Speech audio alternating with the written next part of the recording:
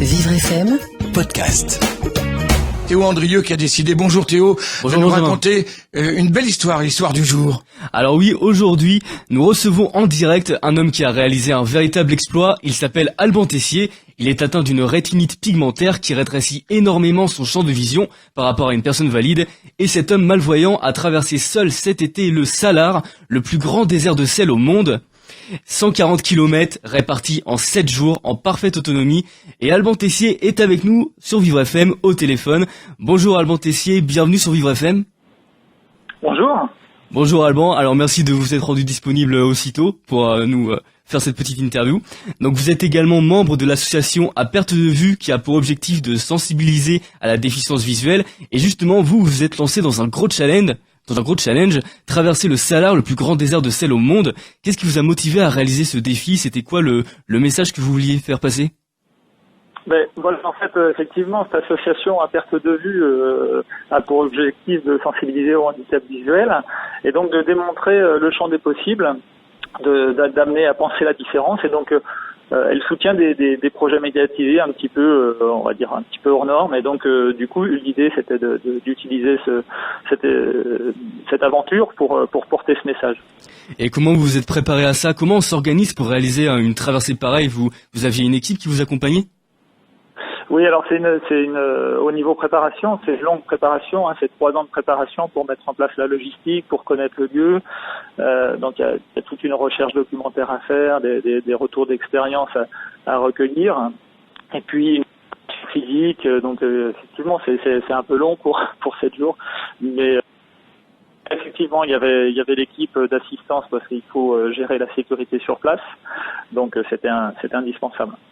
Très bien. Et vous aviez rencontré des difficultés, que ce soit au niveau physique, au niveau du climat, l'équipe qui vous suivait a dû intervenir parfois pour vous aider? Oui, alors au niveau physique, pas de gros soucis, si ce n'est des petits bobos aux pieds, parce que forcément quand on marche toute la journée, on a les pieds qui s'abîment avec le temps. Des petites douleurs au dos parce que 55 kilos de matériel à porter, ça c'est pas sans effet. Après, en revanche, les problématiques un peu plus complexes, c'était au niveau de la météo, puisque les conditions climatiques ont été vraiment exécrables. J'ai eu trois tempêtes sur les 7 jours, et puis des problèmes de matériel électronique qui sont tombés en panne. Alors heureusement, j'avais des doubles à chaque fois. Mais oui, ça a mis un peu de piquant dans l'aventure.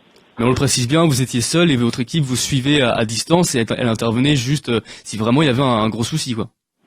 Voilà, c'est ça. L'équipe était. Alors c'est vrai qu'ils sont intervenus à plusieurs reprises parce que il y avait quelques soins à faire au niveau des pieds notamment, et puis autrement il y a eu deux moments de rapatriement parce que les conditions climatiques étaient vraiment difficiles, et alors non pas c'était plus à la rigueur pour eux dans le sens où ces conditions étaient la nuit, l'entrée et la sortie sur le Salar pour eux étaient très complexes, et donc le risque c'était que si j'avais un souci dans la nuit, qu'ils ne puissent pas intervenir sur le Salar.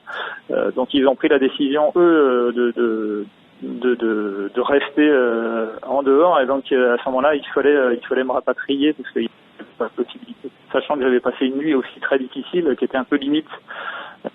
Et donc très rapidement au final, qu'est-ce que vous retenez de cette expérience? Ça vous a apporté quoi de réussir un exploit de ce genre en un mot?